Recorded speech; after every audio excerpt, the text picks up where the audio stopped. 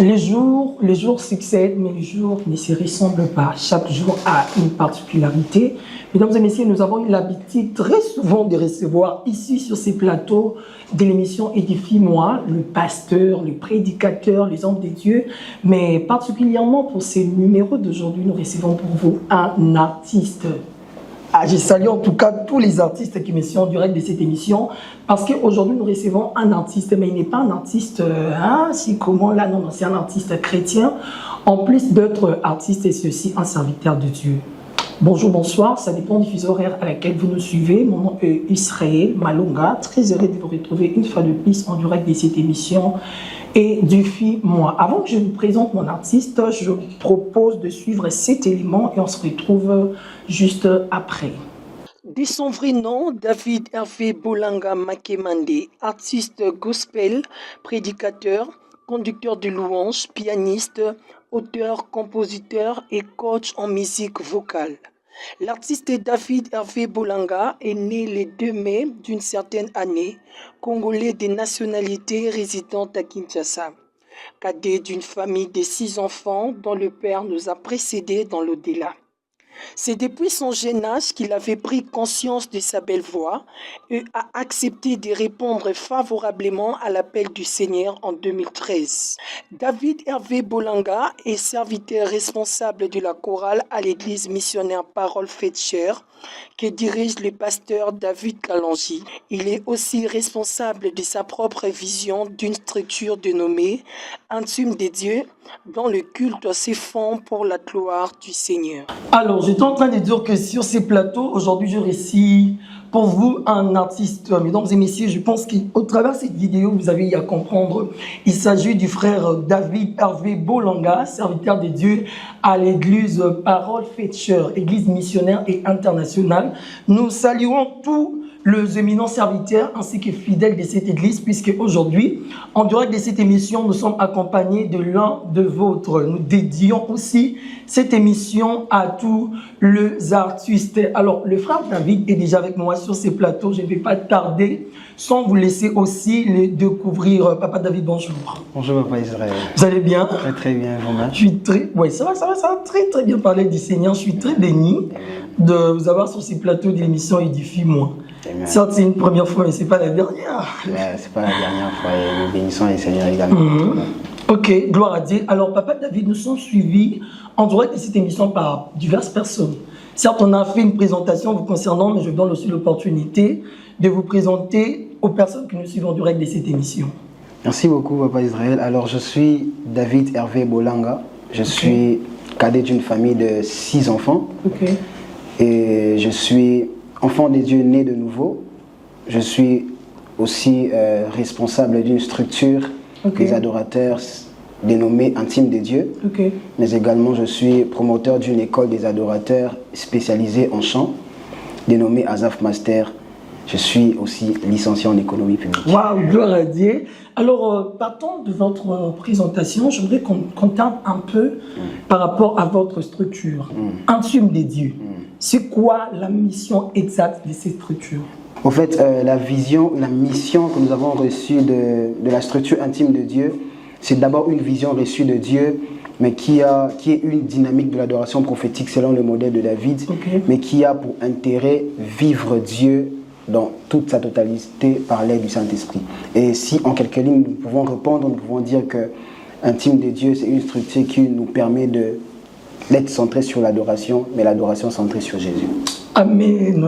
Intime de Dieu. Alors ça date de combien d'années déjà? Intime de Dieu, ça fait, jusque-là, ça fait 2 ans que nous évoluons par la grâce de Dieu. Et c'est une vision que nous avons reçue depuis très longtemps, mais nous étions encore en prière, essayant d'organiser les choses. Mais ça fait déjà 2 ans que nous fonctionnons et par la grâce de Dieu, ça évolue très bien. En qualité d'artiste chanteur du gospel, certes, cette émission aujourd'hui, on va échanger autour de votre vision, votre parcours et voilà. J'aimerais savoir un peu, Papa David, quel est votre parcours dans la musique depuis le début jusqu'en ce jour? En fait, mon parcours est pas si très compliqué. D'abord, je bénis les Seigneurs parce que nous sommes sortis d'une famille chrétienne. Et comme tout enfant, ayant reçu l'amour des parents et la considération vers la famille, depuis les jeunes âges, maman nous dirigeait déjà dans l'œuvre de Dieu. Et mon parcours, vraiment, j'ai commencé à chanter, c'est depuis les Codim.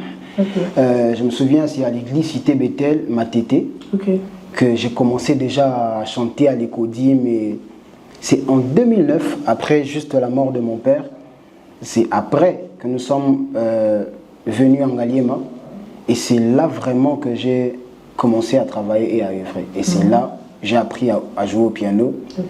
Et j'ai commencé à conduire des cultes. Donc ça a été pas vraiment un parcours compliqué, parce que l'œuvre de Dieu nous préparait déjà à atteindre le niveau où nous sommes aujourd'hui. Enfin, dans le parcours, on retrouve beaucoup de choses. Certainement, vous étiez à Cité Bethel, après là, vous êtes passé quelque part, et jusqu'à arriver à l'église où vous êtes actuellement. Alors, vous pouvez un peu nous raconter l'histoire en rapport avec ces églises. Quelles sont des raisons parfois de changement des églises? Vous quittez ici, vous passez là. En fait, le changement des églises, moi je pense que la raison qui doit vraiment être des raisons majeures pour quitter l'église, ça doit être si Dieu vous parle et que Dieu vous convainc de quitter une église. Ça, c'est aussi une raison de quitter une église. Une autre raison pour quitter une église, si aussi l'église n'est pas basée sur la bonne doctrine. Si l'église ne confesse pas le nom de Jésus, si le pasteur se prétend être Dieu, et c'est une église qu'il faut quitter. Mais je ne dis pas que les églises que j'ai quittées, c'était sûrement ça. Et le Seigneur m'avait convaincu de partir. Bon, à la Cité Bethel, Matété, j'étais encore tout petit. J'étais dirigé par maman et les autres. Mais c'est vraiment en 2013 que j'ai répondu à l'appel du Seigneur. Et c'était à l'église, l'Assemblée chrétienne Le Triomphe. C'est là que j'ai travaillé et j'ai compris que j'avais quelque chose venant de Dieu. Et c'est là que j'ai commencé à chanter, bien que j'ai connu beaucoup de difficultés, beaucoup de critiques aussi, beaucoup de découragement surtout étant jeune. Ils en ont peut-être ils peuvent dire que voilà, Azayuma, à l'Ingosel Nzambi alors que face à l'Oka jeune Moussousou, faut à côté de Mambuya Bassi, Namakambouya Nini, mais gloire à Dieu, le Seigneur nous a tirés de là très tôt. Et nous bénissons le Seigneur. J'ai eu un parcours aussi qui a connu beaucoup des épreuves, beaucoup de situations compliquées. Mais aujourd'hui, je peux témoigner que Jésus est fidèle. Amen. Nous parlons dans cette émission, Papa David, de votre histoire, votre parcours et également votre vision. Mais en qualité de l'artiste, artiste du gospel. J'aimerais savoir, en qualité d'un artiste, quelle est votre appréciation critique au regard de la musique gospel aujourd'hui en République démocratique du Congo? Merci Papa Israël. En fait, je vais me permettre en toute modestie de répondre à cette question, mais ma critique sera un peu plus négative. Pourquoi? Parce que j'ai remarqué, ça je bénis le Seigneur pour une armée de jeunes qui se lèvent pour servir le Seigneur dans la direction de la musique. Mais il y a un problème qui est en train de clocher. Nous sommes en train de centrer la musique selon les préférences des hommes et non selon les préférences du Saint-Esprit. Je suis en train de me rendre compte que nous sommes en train de faire la musique pour les challenges sur TikTok. Nous sommes en train de faire la musique pour peut-être plaire aux hommes. Il y a un style que je dois faire pour plaire à une catégorie de personnes. Mais nous oublions un aspect, que la musique que nous faisons, c'est pour Dieu, c'est pour les cultes. Et c'est comme ça que je peux quand même prier le Seigneur que Dieu aide ma génération, que j'en fais partie également, de faire la musique, mais une musique qui est centrée sur Jésus. Et j'aimerais encourager les jeunes qui sont dans la lignée que je suis, dans la musique chrétienne, de puiser en Jésus. De faire la musique, mais faire la musique, une musique qui rend grâce et gloire à Jésus. Et je pense que ça sera important. Nous devons faire la musique, mais une musique qui rend grâce et gloire à Jésus. Sur ces plateaux, on a évoqué beaucoup de points déjà, partant de l'évolution de cette émission certainement. En fait, on a parlé de votre parcours. Mais là, j'aimerais que nous puissions parler un peu de votre histoire en rapport avec la musique, seulement. Quelle est la vraie version? En fait, la vraie version de mon histoire avec la musique, d'abord, je suis sorti d'une famille qui a deux dons majeurs. C'est que dans ma famille, il y a des pasteurs et il y a des chantres. C'est intéressant de savoir ces dons. Hein? Et ça, j'aime, parce que mon arrière-grand-père fut le premier pasteur de Mbandaka. Ok. Donc, il est décédé en 1948. Il s'appelait Bolanga Paul et Joseph. Et il chantait. Mon père était aussi chantre à la paroisse protestante CPK Lemba. Il était chantre et mes tantes sont des chantres également.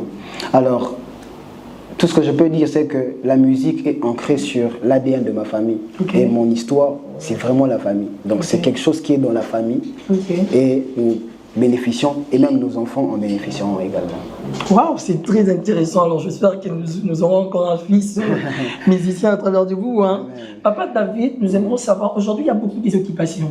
En tout cas, vous êtes chanteur, vous êtes artiste, c'est vrai, mais parfois, ce n'est pas suffisant de se limiter là. Je veux savoir comment vous arrivez à concilier les pianos, la musique, la prédication et les restes de vos occupations. Ça, c'est une question très capitale et très importante pour ceux qui nous suivent d'ailleurs. Alors, moi, je pense que rien au monde ne peut se comparer à l'œuvre de Dieu.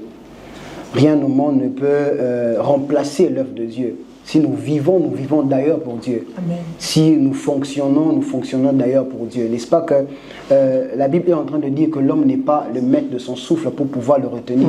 Donc la force que nous avons même d'aller au travail, c'est parce que c'est Dieu qui nous donne. Alors, tout ce que je peux quand même dire, c'est que ma raison d'être n'est pas seulement dans la musique. J'ai aussi des occupations un peu partout que je fais, mais beaucoup plus, ce n'est pas ma volonté qui prime, c'est d'ailleurs la volonté de Dieu. Donc, si Dieu me demande aujourd'hui que je dois jouer au piano, je joue au piano. Si Dieu me demande que je dois prêcher, je prêche. Si Dieu me demande que je dois chanter, je chante. Mais si aussi le besoin se présente que je dois travailler, je travaille.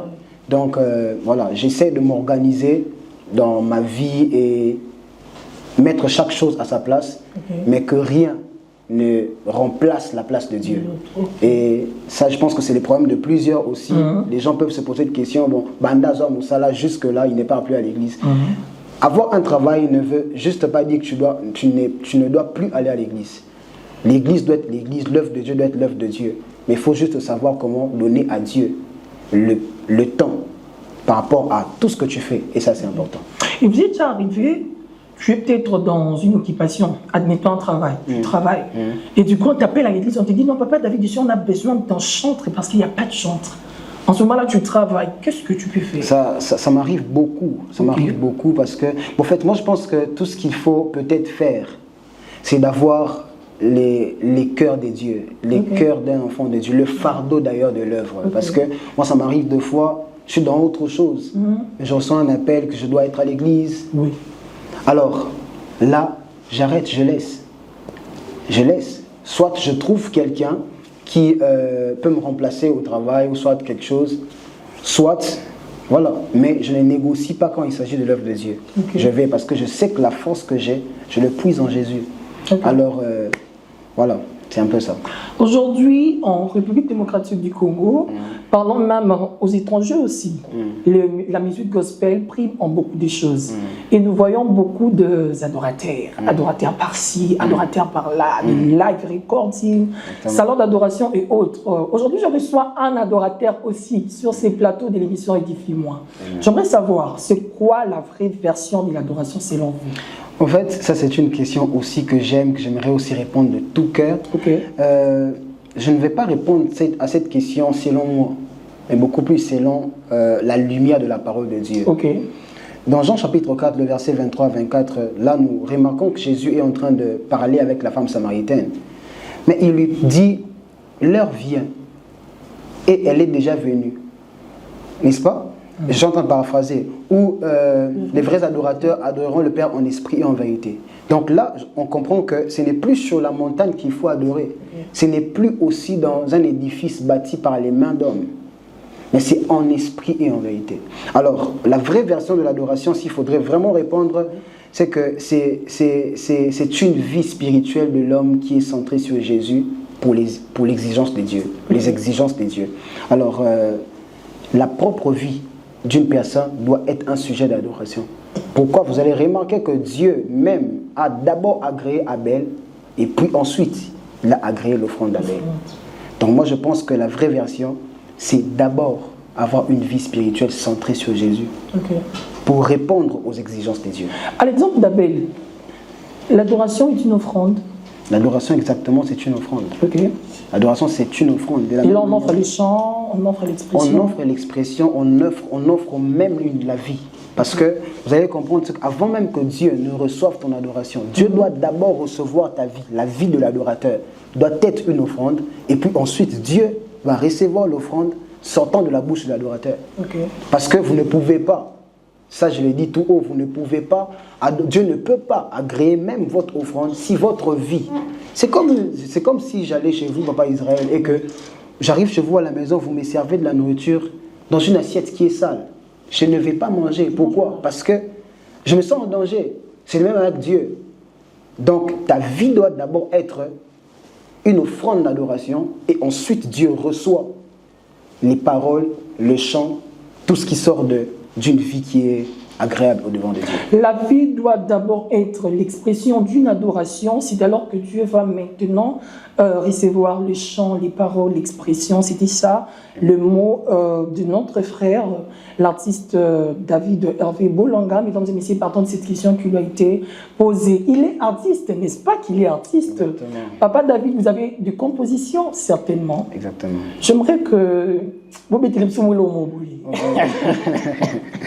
Certes, bon, vous êtes artiste, vous devez laisser des traces. On ne peut pas clôturer cette émission sans que les gens sentent au moins l'expression de la voix du Papa David. C'est parti.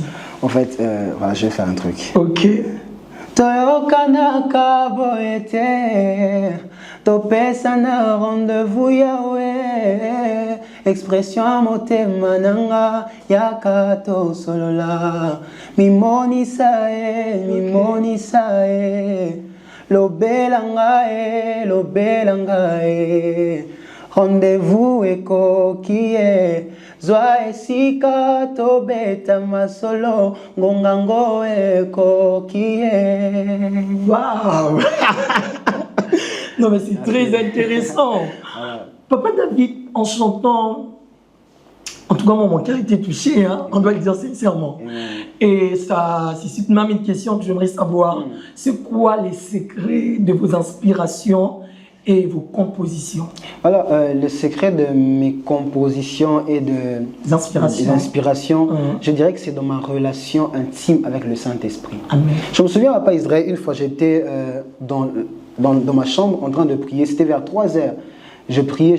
À un moment, je me suis dit, bon, Nafan d'à côté un mur, je vais encore beaucoup prier parce que je sentais que le sommeil m'emportait. J'étais en train de chanter la chanson de Maman Lambongo qui dit Lolenge mose atombolaki yokamotako kunane sobe. À un moment, j'entends la voix de Dieu. C'est ma première fois d'entendre clairement la voix de Dieu comme je l'ai entendu. Il me dit David, chante pour moi juste pour une dernière fois. C'est là, Papa Israël, je me suis rendu compte que donc Dieu réclame aussi l'affection comme un homme peut réclamer l'affection à un autre homme. Dieu peut aussi réclamer un chant. Et là, je me suis rendu compte que non, Nzambe pas réclamer capable batu biloko. Donc c'est comme ça que je me suis dit non. Mieux vaut s'accrocher de Dieu. Pourquoi? Parce que je ne peux pas être ressourcé si je ne vais pas à la source. Donc je préfère, ma source en tout cas d'inspiration, c'est dans ma relation intime avec le Saint-Esprit. Voilà pourquoi j'aimerais même parler aux jeunes et tout, puiser en Jésus. Ayez une relation profonde avec le Saint-Esprit. Parce que lorsque vous avez une relation profonde avec le Saint-Esprit, c'est même le Saint-Esprit qui vous inspire. Qu'est-ce que vous pouvez parler, qu'est-ce que vous devez chanter et pourquoi, quand et où. Exactement. Voilà. Cette émission est suivie par beaucoup de gens et de divers critères.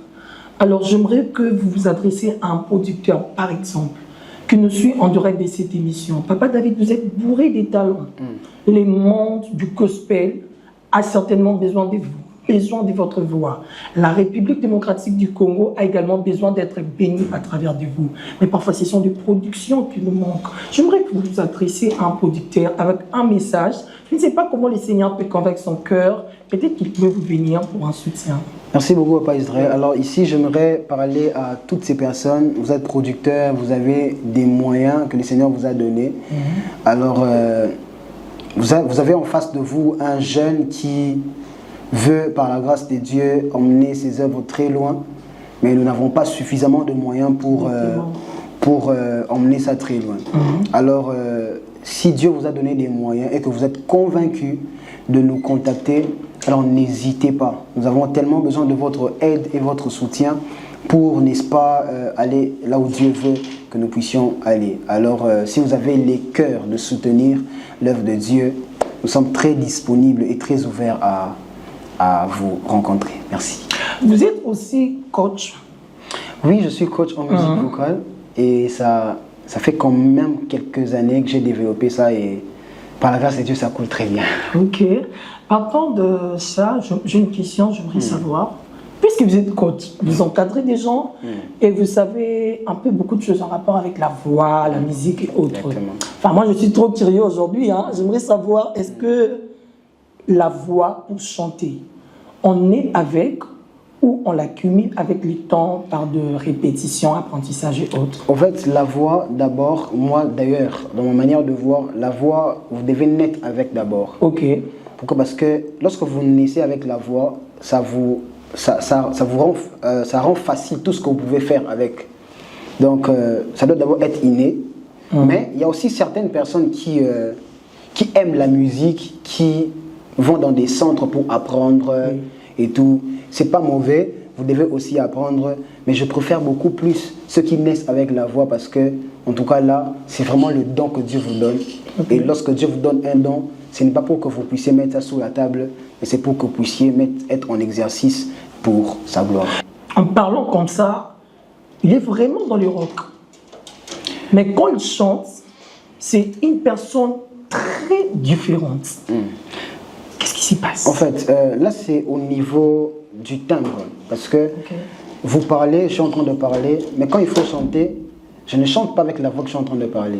Donc, le problème, au fait, se pose au niveau du timbre. Chacun a son timbre. Quelqu'un peut avoir une voix rock, quelqu'un peut avoir une voix légère, quelqu'un peut avoir une voix claire. Alors, moi, je pense que le problème se pose au niveau du timbre. Chacun a son timbre, alors... Ça, c'est l'affaire de Dieu. Vraiment. Retournons un peu sur vous, Papa David. Si aujourd'hui, on vous disait de tout arrêter, que ce soit vos diplômes, de les mettre à côté, vos différentes occupations à côté, et de se concentrer qu'à la musique, quelle serait votre approbation? Alors, Papa Israël, moi, j'aimerais répondre à cette question, mais d'être aussi ouvert.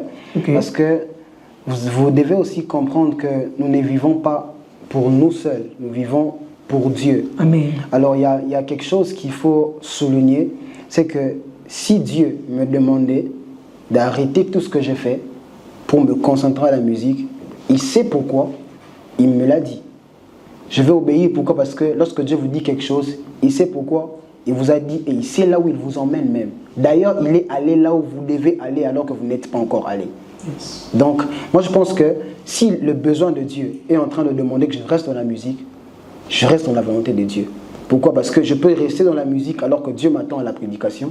Je peux rester dans la musique alors que Dieu m'attend dans autre chose. Donc je préfère beaucoup plus rester dans la musique si c'est vraiment le besoin de Dieu et la volonté de Dieu. Ok, si c'est vraiment le besoin et la volonté de Dieu, on peut carrément obéir seulement.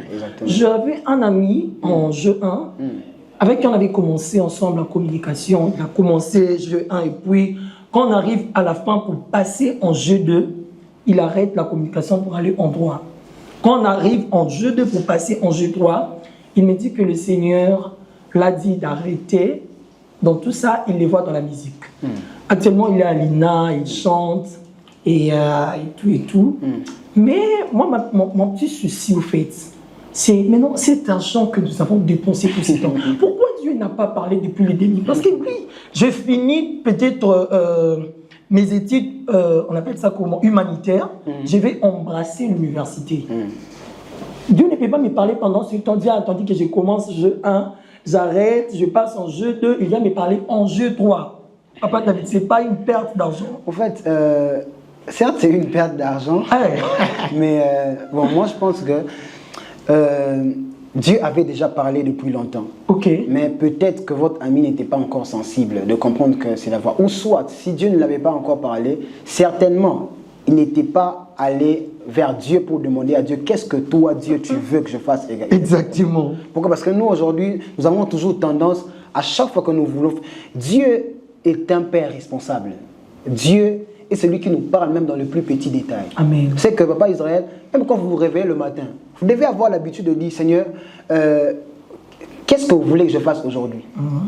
Dieu peut vous dire, bon voilà, il y a même ces personnes qui peuvent, vous pouvez lui rencontrer une personne et croire que cette personne est folle.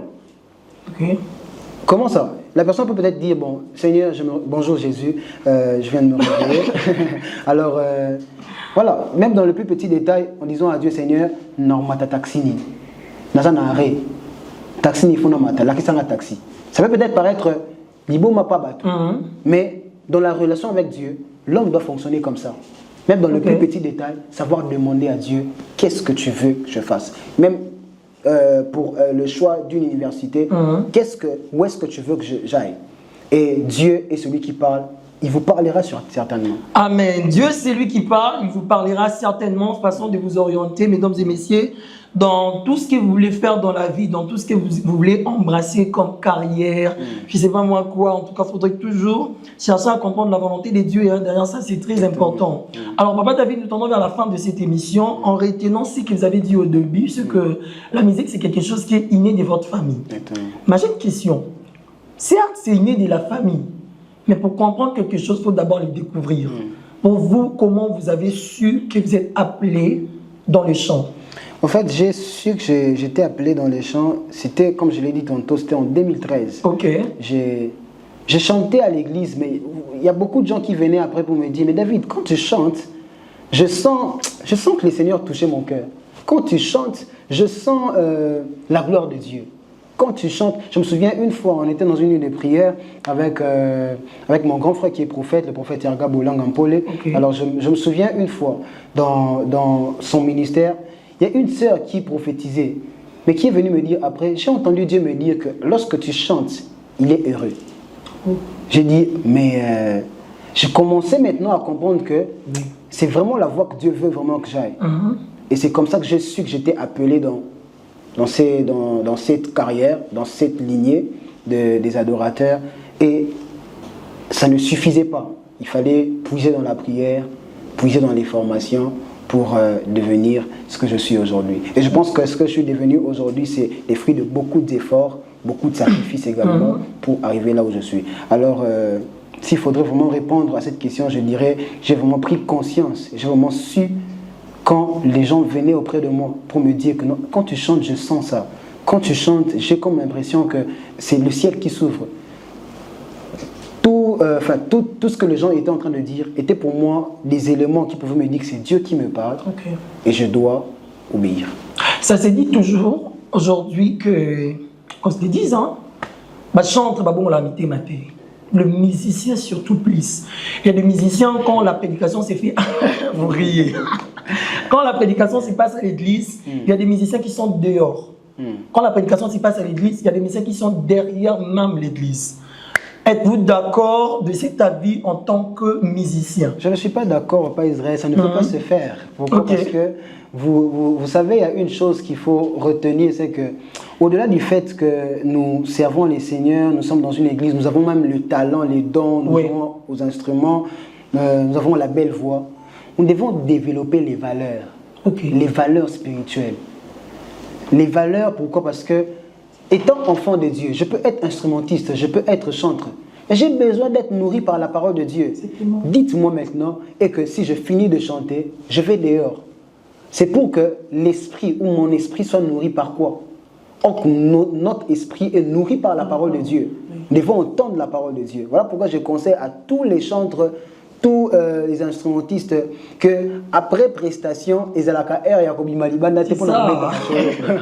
donc après prestation il faut tout dans l'église et c'est comme ça que vous allez remarquer dans beaucoup d'églises, si tu remarques qu'il y a un instrumentiste vraiment qui est assis à l'église, c'est que c'est vraiment un bon enfant de Dieu, il a un très bon cœur. Alors moi je pense qu'il faut d'abord être enfant de Dieu, aimer les choses de Dieu et rester à l'église. Vous allez comprendre que je vais jouer aux instruments, mais j'ai peut-être un appel. Je peux jouer aux instruments, mais je peux être capable de gagner une âme, de relever son niveau, de l'emmener à Jésus. Et voilà, moi je pense que je déplore ça. Ce sont des actes mauvais que les gens ne peuvent pas, que les instrumentistes, les chants, vous ne pouvez pas faire ça. Alors, soyez enfants de Dieu et être enfant de Dieu, d'ailleurs, vous obligera à respecter certaines choses et à développer ses valeurs. Ces dernières questions nous ramènent certainement à la fin de cette émission. Mesdames et messieurs, Papa David, j'aimerais savoir en tout cas, quand vous avez découvert que vous êtes appelé dans la musique, vous étiez déjà converti ou pas encore? Ça, c'est une très bonne question. Alors, moi, je pense que, bon, tout ce que je sais, c'est que c'est en 2012 que j'ai commencé à chanter à l'église, pas comme à l'école, mais je chantais vraiment au point que tu sens vraiment que les gens sont contents et joyeux. Mais j'étais encore là dans ces choses, mais j'étais encore dans les mondes. Ok. J'étais vraiment dans ces choses, mais j'étais encore dans la pornographie. J'étais dans ces choses, mais j'étais dans des mauvais actes. Mais c'est en 2013 que lorsque j'ai vraiment compris que j'avais une belle voix, que je devais me lancer à Jésus, il y avait une prédication que mon pasteur était en train de prêcher. Je me souviens à Pas Israël, j'ai pleuré. Ce jour-là, c'était au culte. Pourquoi? Je n'ai pas pleuré parce que le pasteur m'avait pointé du doigt. Mais j'ai pleuré parce que je me suis rendu compte qu'au devant de Dieu, je n'étais pas celui qui était digne. Je n'étais pas éligible même d'être appelé enfant de Dieu. Parce que ce que j'étais en train de faire ne correspondait pas aux critères qui pouvaient t'emmener vers Dieu et que Dieu t'agrée réellement. Et c'est en 2013 que j'ai vraiment compris ces choses. J'ai pleuré, j'ai fait une prière, une simple prière, mais qui aujourd'hui m'a introduit dans la grande famille des enfants de Dieu. Okay. Et j'ai suivi les affermissements. Et voilà. Donc c'est parti vraiment en 2013 que j'ai reçu Jésus comme Seigneur et Sauveur. Et je vous dis, depuis ce jour jusqu'à aujourd'hui, je ne regrette pas d'être enfant de Dieu. Amen. Nous sommes arrivés à la fin de cette émission. Votre témoignage, en tout cas, ça m'a culpabilisé, je puis dire ainsi. Et je vais vous donner l'opportunité de s'adresser à un chanteur qui nous suit, qui chante pour le Seigneur. Par ses prestations, les gens sont bénis, les gens sont touchés, mais qui n'a pas encore donné sa vie à Jésus. Je pense que ton expérience peut également édifier ces personnes. Merci Papa Israël. Alors ici, j'aimerais m'adresser à toutes les personnes. Vous avez une belle voix, vous chantez déjà dans une église, mais vous savez que vous n'avez pas reçu Jésus personnellement comme Seigneur et Sauveur. Je peux vous dire une chose, la Bible est en train de dire qu'il n'y a de salut en aucun autre nom. Amen. Le nom de Jésus, c'est la voie par excellence pour être sauvé et pour avoir la vie éternelle. Alors, j'aimerais vous inviter, toi qui as suivi cette émission et tu crois et tu sais que tu n'es pas enfant de Dieu, mais que tu aimerais devenir enfant de Dieu et servir le Seigneur avec toute honnêteté et avec un cœur sincère. J'aimerais t'inviter à faire cette prière avec moi. Okay. Tu vas dire, Seigneur Jésus, je te rends grâce. Je te bénis pour cette émission. Je reconnais que je suis un humain imparfait. Je reconnais mes fautes et mes péchés. Je demande que tu me laves et que tu me sanctifies par ton sang. Que ton esprit m'aide à accomplir ta volonté. Dans le nom de Jésus, je vais prier pour toi. Seigneur, je prie pour mon frère et ma sœur qui vient te recevoir tout à l'heure comme Seigneur et Sauveur. Je prie que tu l'aides. Je prie, Seigneur, que tu sois son Dieu, que tu lui donnes la force de te suivre et d'abandonner la mauvaise voie. Seigneur, nous croyons que tu es celui qui sait soutenir et celui qui sait marcher avec ton peuple. marche avec ces personnes. Au nom de Jésus, nous avons ainsi prié. Amen. Amen. Le grand plaisir était pour moi, mesdames et messieurs, d'être dans la présentation principale de ce nouveau numéro de l'émission Édifie-moi. Merci d'avoir été nombreux à nous suivre. J'avais dit au début que cette émission est dédiée à tous les artistes. Alors vous êtes artiste, vous voulez aussi participer à cette émission. C'est simple de nous contacter sur ces numéros qui s'affichent au bas de votre écran. Vous serez le bienvenu sur ces plateaux de l'émission Édifie-moi. Papa David, merci beaucoup. Votre présence était vraiment une bénédiction. Alors, Papa David, comment les gens peuvent vous contacter? Vous êtes un artiste, vous passez dans de différentes prestations, des églises en église. Ça exige quoi pour vous avoir? Il n'y a aucune exigence. Okay.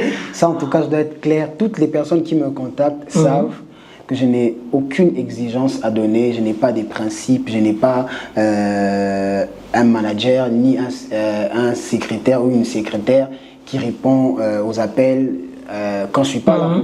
Alors pour m'avoir, c'est très simple, vous écrivez-moi sur Facebook, David Hervé Bolanga officiel.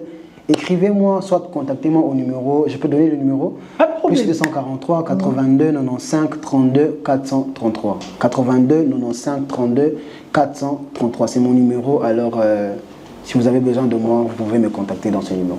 Merci d'avoir été nombreux. Quant à moi, je vous retrouve au prochain numéro. Sinon, portez-vous bien, que les Seigneurs vous bénissent abondamment. Merci.